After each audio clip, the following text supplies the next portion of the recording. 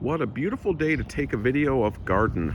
This is April of 2024, and I'm going to show you a few things I have going on in the front yard that's changing. For one, maple tree, gone. We had a silver maple last year, cut it down, and now I can finally start working on the front yard as a beautiful botanical sun garden. So let's look at the new autumn brilliant serviceberry. This is one of my favorite trees ever.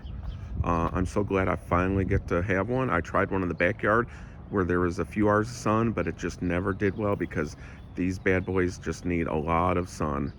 And they just get so beautiful in the spring, covered in white flowers. They get berries in June and then beautiful red leaves in the fall. I'm just so excited about this tree. We're gonna take this rhododendron down because I think I over-fertilized it, so he's going down. There's the pagoda dogwood that we've had for a few years. I'm planning to get a couple spice bushes. Pardon the car. I'm planning to get a couple Lindera benzoins. There's male and female, so you need a male and a female. They get yellow flowers in the spring, so I'm really planning on making this sort of like a ornamental, lots of beautiful color. So I'm going to put one here in the corner. I'm going to put one on that other corner over there, and then in between it, I'm thinking of two mandarin orange azaleas. So we're going to have nice, beautiful right side, and then I'm wanting to get like a big, beautiful arbor, like a curved one, right here in the middle. So we'll get some of that trumpet vine, which is something I don't have yet. I've never had, and I've always wanted, and now we have a spot for it. I'm going to build a pathway in the middle here, have a beautiful annual raised garden bed. I might want to get like a fountain at some point, maybe next year, we'll see. But I really can't wait to put nothing but lantana and salvia in here. It's going to be like a hummingbird hotbed here. There's the Princess Diana that we moved. So a lot of plans for the front yard, but I just do a little bit at a time, take it slow. I mean, we basically just had columbine, that bush, and then this one here, the pagoda dogwood, for the last couple of years. So we're finally starting to add some more stuff here. Got the serviceberry, and you got the beautiful raised garden bed. So I definitely have big plans for the front yard here.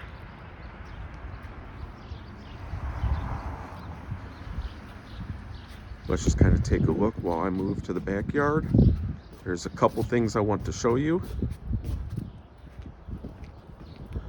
I got some nice trellises here. Basically I've been trying to get stone crop here, and some of them bloom and not a lot of blooming. Maybe you need to like water them like hardly ever. So maybe I'm just watering them too much, but I don't really water them that much. So yeah, we have some light purple on this one. We got a bourbon here. We got a corine, a white with a little bit of pink highlights. Got beautiful pink right here, and then the dark purple classic Jack Monty. You can see some of the stone crop here coming. So I'm definitely going to fill in some of that area with I think Rosy Glow stone crop, because it seems like maybe those bloom a little bit better. So here you go. Here's those trellises. We're finally going to get some height here, some flowers going upwards, not just right on the ground. If you look at my black haw, these things seem like they take a year off. They bloom profusely, then they take a break, and they bloom.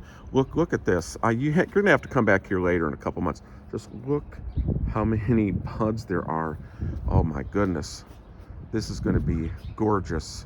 I'll take another video in a couple weeks or whenever these start blooming, just to show it to you guys. So yeah, this is about easily maybe 12 feet tall now, this black haw that we've had for several years, that we bought 6 feet tall. So, and here's something that you want to get a video of, and you want to take time to smell while it's blooming, because Korean spice. Here's an almost full-size Korean spice now, almost 5 feet tall now. Just look at all the blooms. I've had this for several years as well, but I've transplanted it a couple times. About 3-4 years ago, I finally put it here where it gets a fair bit of sun coming here, so good, maybe 4 to 5 hours. So it's obviously really happy here. Man, you can probably just smell it just looking at it, can't you? Yeah, beautiful. The flowers are beautiful, and you guys know, if you're gardeners, the Korean spice is one of the nicest smelling bushes you can get. So I mean, that's why you get them. The flowers are really pretty too. And here's another, it's like a hybrid. I think it's like part American bred with a Korean spice, but it's got the same kind of looking flowers that smell pretty good too. You could see very, very similar shaped flowers. But then I got a lilac here. I just wanted to put a couple up here for a little bit of privacy right here. Just a little bit of a bush privacy in that little section. There's my lavender twist. There's the button bush that is humongous. The button bush leaves out really, really, really late, so not worried about that. That's about it. You see the red buckeye is also one of my favorites just because of how rare it is, and it's really good for the hummingbirds. Love my red buckeye, my bottlebrush buckeye.